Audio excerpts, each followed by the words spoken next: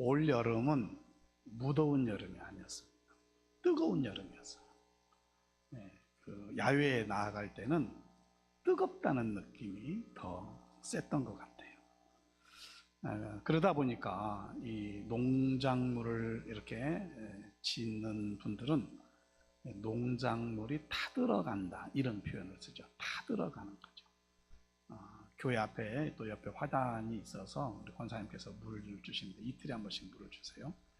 그런데 그럼에도 불구하고 땅이 쩍쩍 갈라지는 모습들을 봐요. 거기에 물을 주면은 물이 그냥 흡수가 되어지는 그런 모습들을 보게 됩니다. 왜 그럴까요? 그 땅이 갈급한 거예요. 물이 갈급한 거예요. 막 물을 빨아들이는 그런 모습인 거죠. 오늘 우리 그리스도인의 삶의 자리에서도 갈급함이 있어요. 목마름이 있어요. 어떤 목마름이냐? 영적 목마름. 육신적인 것이 아닌 영적 목마름, 영적 갈급함이 우리 가운데 있어야 돼요. 오늘 본문의 말씀은 바울 사도가 골로새 교회들에게 바로 이 교회를 위해서 자기가 어떻게 헌신하는가, 교회를 통해서 일하시는 하나님, 역사하시는 하나님께 충성하는 그 모습을 보여주고 있거든요. 여러분, 우리가 하나님의 영광을 드러낸다 할 때에 교회를 통해서 하는 거예요. 교회를 통해 우리 주님께서 세우신 교회, 그래서 교회를 통해서 하나님께 영광을 돌리는 거죠. 무명의 그리스도인이 이렇게 글을 썼어요. 한번 자세히 들어보세요. 내게 타는 목마름이 있다. 기업가가 돈을 향해 목말라 하듯이 운동선수가 힘을 향한 목마름이 있듯이 나에게도 영적 목마름이 있다. 펌프에 물을 끌어올리기 위해 처음 쏟아붓는 마중물 한 바가지를 기다리는 펌프의 목마름을 생각하며 나의 마중물을 예수님의 펌프에 붓는다. 십자가 위에서 모든 피와 물을 쏟아버려 목이 타셨던 예수님을 생각하며 가슴을 쓸어내린다. 그리고 7마디로 남기신 유언을 되새겨본다. 아침 묵상 시간을 마중물로 여기고 예수님의 펌프에 붓는다. 작은 물질이지만 마음을 담아 바치며 예수님의 펌프에 붓는다. 예배를 드리며 나의 마중물을 예수님의 펌프에 붓는다. 나의 존재란 기껏 모아봐야 한 바가지 물에 불과하지만 주님의 펌프에 부으면 내 삶에서 영원히 넘쳐나는 생수를 마시게 된다. 명절 끝날까지도 나의 목마름이 주님 안에서 솟아나는 성령의 9가지 열매이기를 바라며 나의 마중물을 예수님의 펌프에 붓는다. 이처럼 마음속에 목마름이 있는 사람, 그래서 예수님의 펌프에 부을 때에 거기서 솟아나는 생수를 맛보게 되어지는데, 이 목마름이 있는 사람이 사명을 가진 사람인 거예요. 성령의 사람인 거예요. 사명의 사람은 영적인 목마름, 영적인 갈급함을 갖게 되어져 있어요. 그래서 오늘 본문에서 사도 바울이 그러한 갈급함, 그래서 교회를 통해서 하나님의 영광이 드러나기를 원하는 그 간절함이 오늘 본문 속에 담겨져 있는 거죠. 오늘 이 바울 사도의 사명을 위해서 목마름이 있는 이 모습을 보면서 오늘 우리 모든 성도들도 영적 목마름, 영적 갈급함을 가지고 다시 한번 새롭게 되어지는 그런 놀라운 은혜가 체험되기를 주님의 이름으로 축복합니다. 주님께서 주신 사명이라고 하는 게 무엇일까? 사명은요, 죽어도 해야 할 일을 사명이라고 하는 거예요. 그래서 그 일을 못하고 죽으면 한으로 남는 거예요. 아무리 많은 일을 했어도 그 일을 완수하지 못하면 성공한 인생이라고 말할 수가 없어요. 그것을 사명이라고 하는 거예요. 그 사명을 버린 사람, 사명을 피해 도망하는 사람은 결코 행복한 삶이라고 말할 수 없는 거예요. 근데 반대로 사명을 완수하는 사람은 죽음 앞에서도 감사할 수 있는 것이고요, 웃을 수 있는 거예요. 왜요? 이제는 죽어도 여한이 없다 하기 때문에 그래요. 사명을 완수하는 사람만이 할 수 있는 말이 있어요. 다 이루었다. 또한 내 영혼을 아버지의 손에 의탁합니다. 사명을 완수한 사람만이 할 수 있는 외침인 거예요. 사명처럼 사람을 부지런하게 하고 용감하게 하고 성실하고 지혜롭게 하는 건 없어요.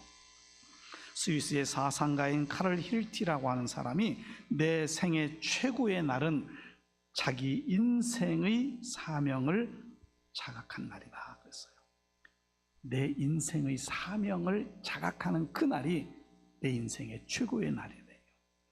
사명을 피하지 않고 주께서 주신 사명을 완수하고 세상을 떠날 수 있는 사람이 인생의 성공자인 거예요. 왜요? 가치 있는 인생을 살았기 때문인 거예요. 보람 있는 인생을 살았기 때문에 그래요. 이렇게 가치 있고 보람 있게 사는 사람이 행복한 사람인데, 그 행복이 여러분들 가운데 있기를 주님의 이름으로 축복합니다. 주님께서 주신 사명을 깨닫고 오직 사명을 위해서 살았던 바울, 그는 사도행전 20장 24절에서 이렇게 이야기하죠.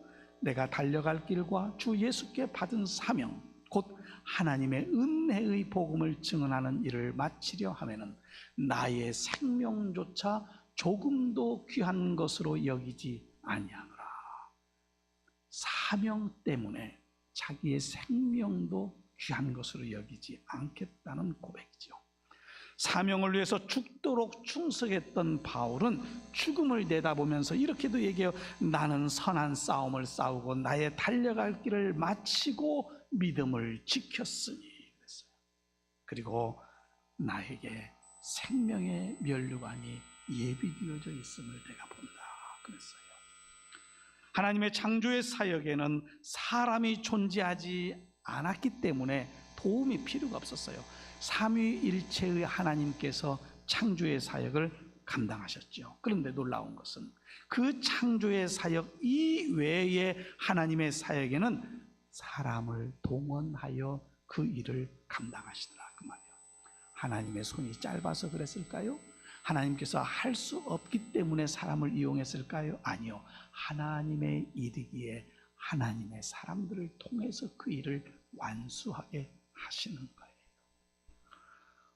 고린도전서에 가서 보면 바울 사도는 우리는 다 하나님의 동역자들이다 이렇게 얘기하고 있어요. 이 말씀을 우리 가운데 그대로 대입시켜 보면 저와 여러분은 하나님의 동역자들이라는 거예요. 하나님께서 하나님의 일을 하실 때에는 그 동역자된 우리를 사용하신다는 거예요. 하나님께서 하나님이 원하시는 일을 할 때에 협조자가 필요한데, 우리가 하나님이 뭔가 부족해서 협조자가 아니라 우리와 함께 일하시고자 하시는 하나님의 뜻이 그곳에 있다라고 하는 것이에요. 그런 면에서 오늘 저와 여러분이 하나님께로부터 사용되는, 쓰임받는 믿음의 사람들로 견고하게 세워지기를 주님의 이름으로 축복합니다. 예수님께서 공생애를 시작할 때에 12제자를 뽑잖아요. 그 12제자만 갖고 같이 그들과 함께 했던 건 아니에요. 또 읽어보면 그 12제자 이외의 제자들이 있었어요. 그러니까 아주 예수님과 함께 동행하는 그 사람들만 제자라고 하지 않았어요. 예수님의 그 사역에 같이 마음을 모았던 사람이 있어요. 70명의 성도들을 그들을 제자라 부르시면서 둘씩 짝을 지어 복음을 전하도록 한 것을 보죠. 또 사도행전에 가서 보면 예수님 승천 이후에 120명의 성도들이 마가의 다락방에 모여서 간절히 기도하고 그들에게 성령이 임하게 되고 그들을 통해서 교회가 세워지고, 그 세워진 교회가 오늘 우리 이리통북교회잖아요. 그 교회가 전파되어져서 이리통북교회가 세워진 거예요. 하나님은 주님의 몸된 교회를 통해서 하나님의 나라를 확장시켜 나가고 계시는 거예요. 그러나 세상적인 관점으로 보면은 사명을 위해서 산다는 것이 힘들 수 있겠지요. 그러나 그 힘든 것으로만 느끼는 게 아니라 거기에는 가치가 있다는 거예요. 수고에 대한 가치가 있다는 말이에요. 그러기에 거기에 우리의 헌신이 들어가게 되어지는 것이죠. 오늘 이 사명이 내게 있음을 먼저 깨닫는 성도들이 되기를 원합니다. 왜요? 내가 살아있기 때문에.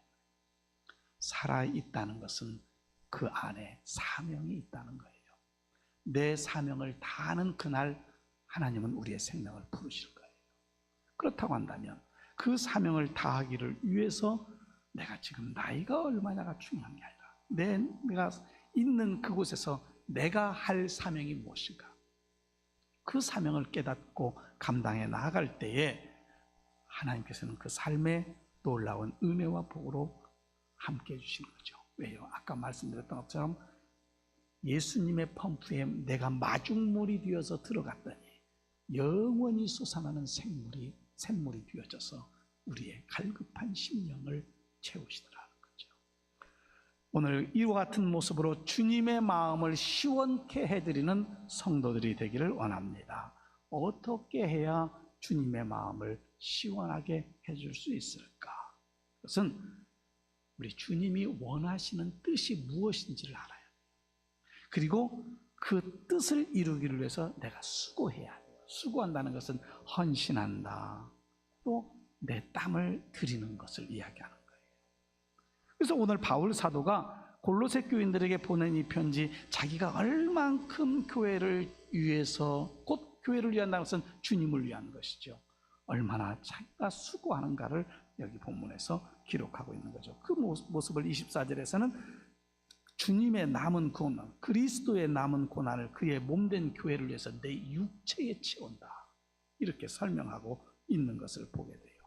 그리고 마지막 29절에서는 그렇게 말하고 있어요. 이를 위하여 나도 내 속에서 능력으로 역사하시는 이의 역사를 따라 힘을 다하여 수고한다 라고 말하고 있는 것을 보게 됩니다. 하나님께서는 바울의 삶 속에 역사하셨고, 바울은 자기 속에서 역사하시는 하나님의 능력의 역사하심을 따라서 힘을 다하여서 수고했대요. 다시 말하면 하나님은 바울을 동역자로 삼아서 그 일을 감당하게 하시는 것을 보게 됩니다.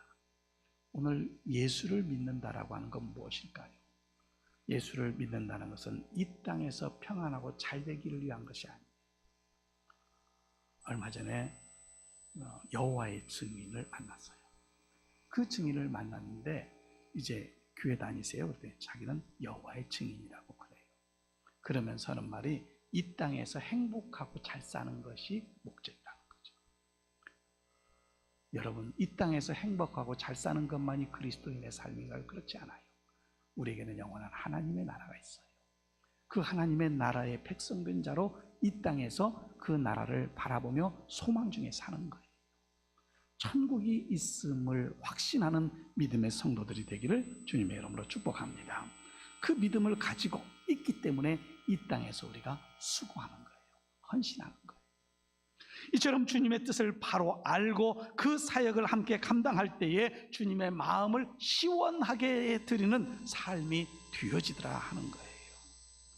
고린도전서 16장 17절 18절에 가서 보면 내가 스데바나와 부드나도와 아가이고가 온 것을 기뻐하노니 그들이 너희의 부족한 것을 채웠습니다. 그들이 나와 너희 마음을 시원하게 하였으니 그러므로 너희는 이런 사람들을 알아주라 그랬어요. 여기 세 사람이 나오죠. 스데바나, 부드나도, 아가이고. 이들이 바울에게 와서 바울의 사역에 적극적인 협력자들이 되었다라고 하죠.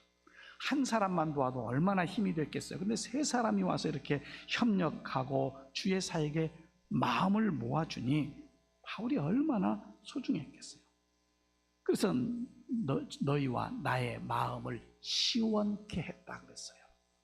오늘 하나님의 그 일을 깨닫고 예수 그리스도 안에서 그 일을 감당한다면 하나님의 마음을 시원하게 해드리는 사람인 거예요.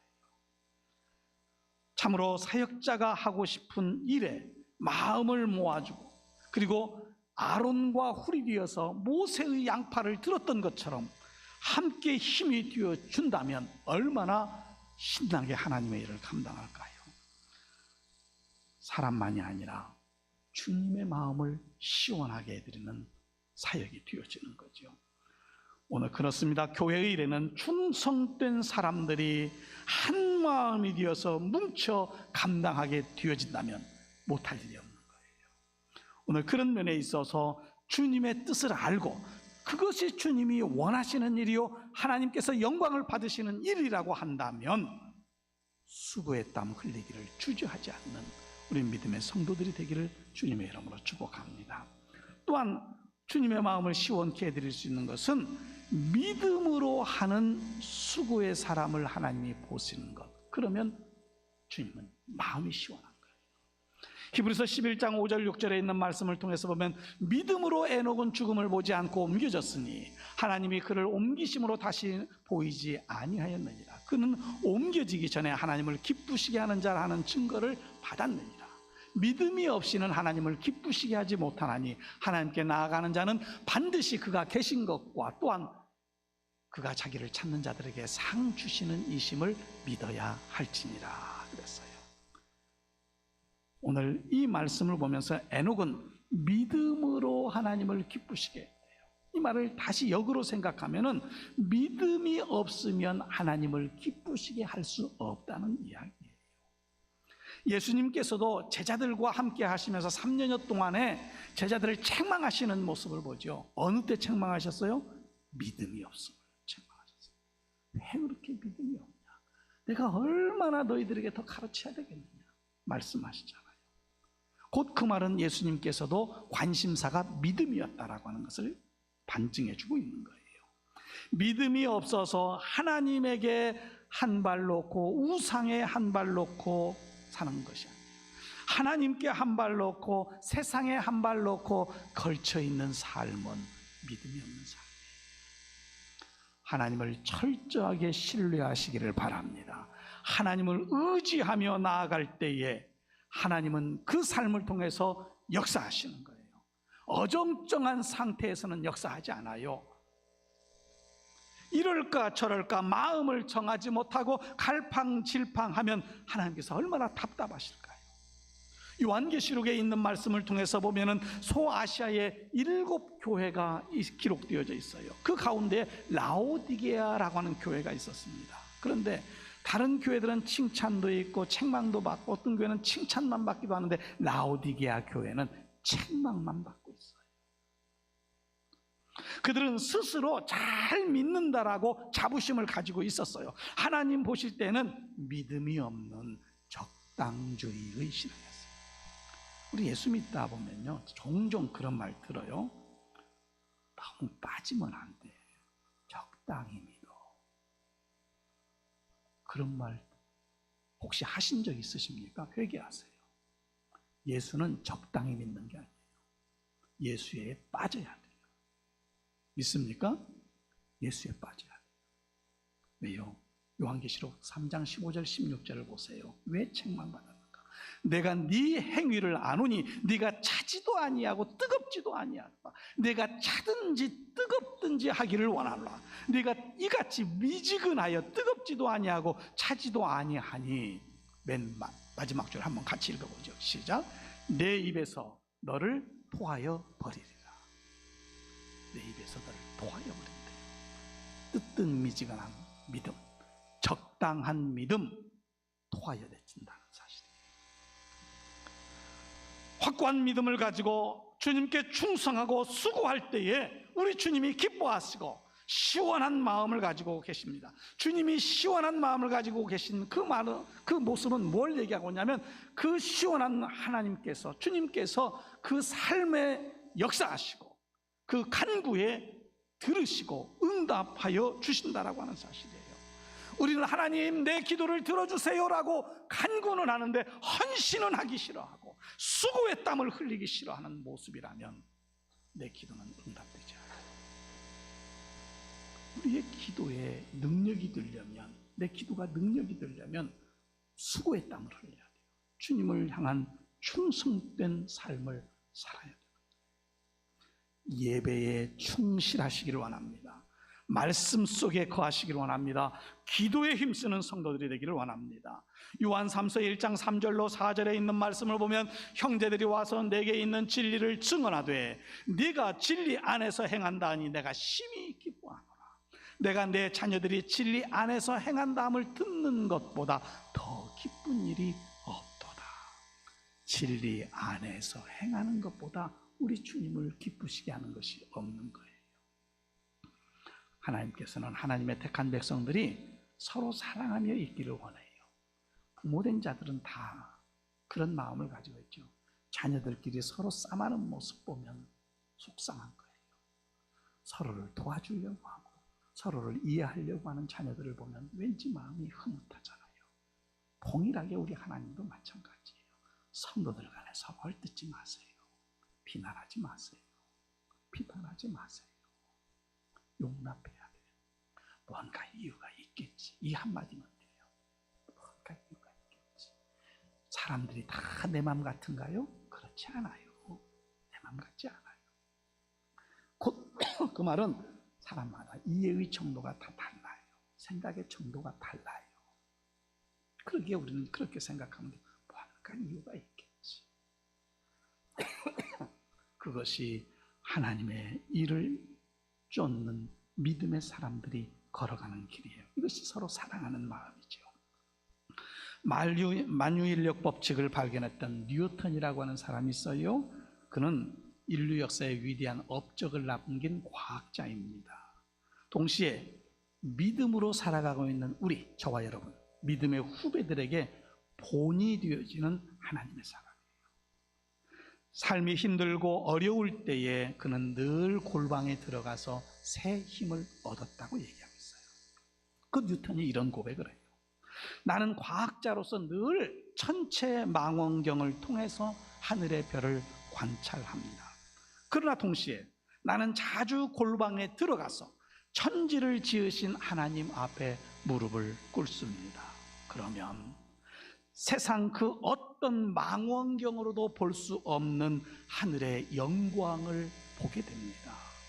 기도는 보이지 않는 세계를 보게 하는 영혼의 망원경입니다.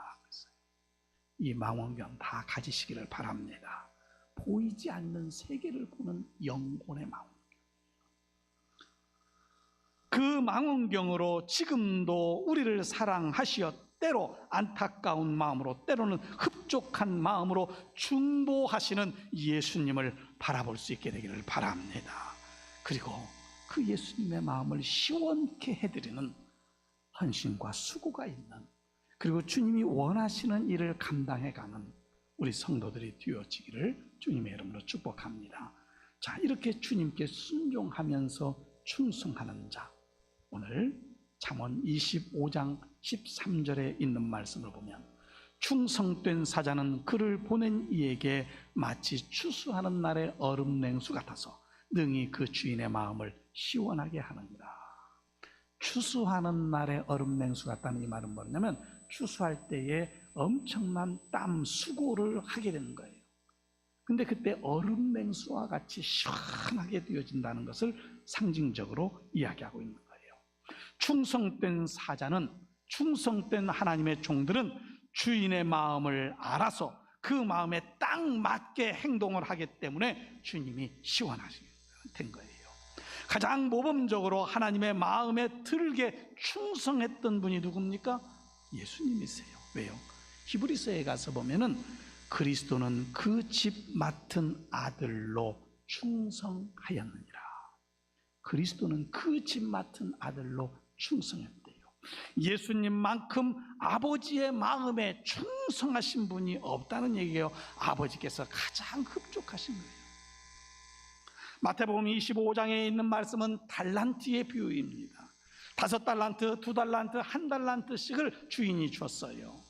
그런데 얼마 동안 뒤어서 다시 셈하여 보자 할 때에 5달란트 받은 자는 5달란트를, 2달란트 받은 자는 2달란트를 내어놓았어요.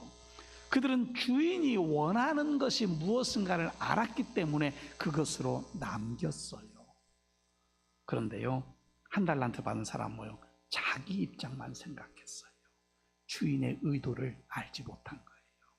그 결과 1달란트 받은 자는 내어 쫓김을 당하고, 그리고 그걸 빼앗아서 5달란트 받은 자에게 줬어요.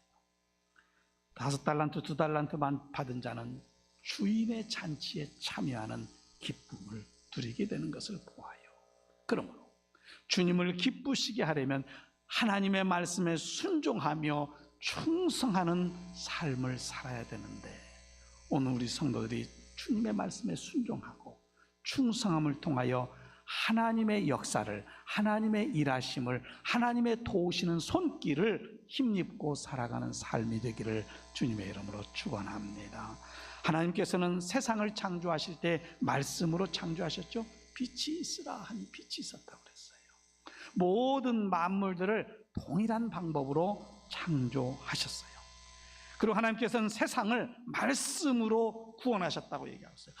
요한복음 1장에 가서 보면 이 어두운 세상에 빛으로 오신 예수 그리스도, 세상을 구원하시기를 위하여 하나님의 어린 양이 되셔서 예수님께서 오신 거예요. 그런데 그분은 말씀이 육신이 되어 우리 가운데 오신 하나님의 독생자라고 기록되어져 있어요. 한 사람이 구원을 얻으려고 하면 예수 그리스도 그분이 내 모든 죄를 담당하신 하나님의 어린 양이라는 사실을 믿을 때에 구원의 은혜 속에 있게 되어지는 거예요. 믿음으로 예수님을 나의 구원자로 영접한 사람만이 그 구원의 은혜 속에 거하게 되어지는 거죠. 그 믿음이 어떻게 생기나요? 성경은 말씀으로 생긴다고 말하고 있어요. 말씀을 들을 때에 믿음이 생기고 그 믿음으로 구원을 받는 거예요. 로마서 10장 17절에 가서 보면 그러므로 믿음은 들음에서 나며 들음은 그리스도의 말씀으로 말미암느니라. 시편 107편에 가서 보면은 고통 중에 있는 사람들이 어떻게 구원받는가를 쭉 설명하고 있어요. 그들은 흑암과 사망의 그늘에 앉아서 곤고와 쇠사슬에 매여 있는 상태라고 성경은 기록하고 있어요. 너무나 고통스러워서 음식을 먹을 수도 없었다 그랬어요. 그리고 그 고통이 심하니 그들은 하나님께 부르짖었다. 그 부르짖음에 하나님께서 귀 기울여 들으셨대요. 그리고 그들을 그 고통 가운데서 건져내셨어요. 여러분, 말씀이 능력인 줄로 믿습니다. 기도할 때요, 말씀 붙잡고 기도하셔야 돼요. 하나님의 말씀 이렇습니다. 내가 이 말씀을 믿고 기도합니다. 응답하여 주옵소서. 거기에 능력이 있다 그 말이에요. 시편 107편 20절에 있는 말씀을 통해서 보면 그가 그의 말씀을 보내어 그들을 고치시고 위험한 지경에서 건지시는도다. 아까 제가 말씀드린 것처럼 그들이 바로 고통 중에서 흑암과 사망의 그늘에 앉아서 곤고함과 쇠사슬에 매여 있는 것 같은 그들, 근데 그들이 말씀을 붙잡고 기도했어요. 그런데 하나님이 그들에게 말씀을 보내주신 거예요. 말씀을 보냈다, 이게 우리가 어떻게 이해를 해야 될까요? 사람을 보냈다 그러면 이해가 되는데 말씀을 보냈대요. 그들은 하나님의 말씀을 알고 있는 사람들이에요. 하나님의 말씀을 알고 있는데 중요한 것은 뭐예요? 그 아는 것이 깨달아진 거예요. 여러분, 예수님이 십자가에 달려 죽은 거 알고 계시나요? 알고 계시죠? 그런데 그 예수님의 십자가의 죽으심이 나의 모든 죄를 사하는 하나님의 능력이 된 것을 내가 깨달았다면 그가 나의 모든 죄를 사하셨습니다 고백할 수 있는 거죠. 그 고백 속에 구원의 은혜가 있는 거예요. 아는 게 구원받는 게 아니에요. 말씀은 살아 역사하는 하나님의 능력인 줄로 믿습니다. 그래서 하나님께 고통 중에 부르짖는 그들에게 말씀을 보내주시고 그 말씀의 능력으로 그들을 구원하셨다라고 하는 것이에요. 오늘 본문 29절에 이를 위하여 나도 내 속에서 능력으로 역사하시는 이의 역사를 따라 힘을 다하여 수고하노라. 내 속에서 역사하시는 그 능력을 따라서 힘을 다해서 수고한대요. 바울 사도는 복음을 전하는데 자기의 의지로 한 게 아니에요. 자기의 열정으로 한 게 아니에요. 자기 속에서 역사하시는 하나님의 능력 속에서 그 일을 감당한 거예요. 여러분, 우리가 말씀을 붙잡고 그 말씀을 따라서 살아가게 될 때에 그 능력이 나타나게 되는 줄로 믿습니다. 그 주님의 말씀을 믿고 그 말씀에 순종하며 주님 앞에 충성된 자로 여김받을 때에 여러분들을 통해서 하나님의 나라는 확장되어지고 그 삶을 통해서 하나님은 그의 삶의 간구의 기도에 응답하시고 역사하시는 것이지요. 사랑하는 성도 여러분, 오늘 우리는 그 하나님을 믿습니다라는 고백을 가지고 살아갑니다.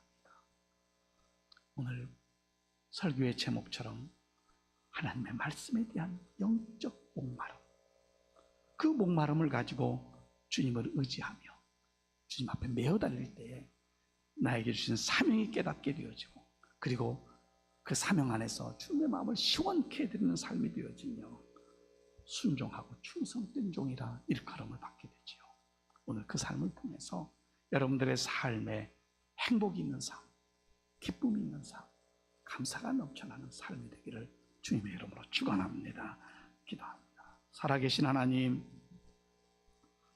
메마른 대지에 단비가 내리는 갈급함의 해소가 있음을 보는 것처럼 우리의 영혼의 갈급함, 목마름이 주의 말씀을 통해서 해결이 되어지고 그 말씀이 살아 역사함을 통해서 나에게 주신 사명이 무엇인가를 깨닫고 그리고 그 사명 붙잡고 주님의 마음을 시원케 해드리는 삶, 그래서 주님의 말씀에 순종하며 충성되이 여김을 받는 삶이 될 때에 하나님은 우리의 삶에 역사하시고 우리의 삶에 응답하시고 우리의 삶을 의의 길로, 행복의 길로, 기쁨의 길로 인도해 가시는 줄로 믿습니다.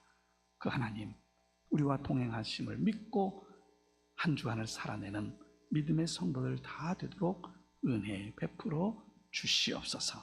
거룩하신 예수님의 이름으로 기도드립니다. 아멘.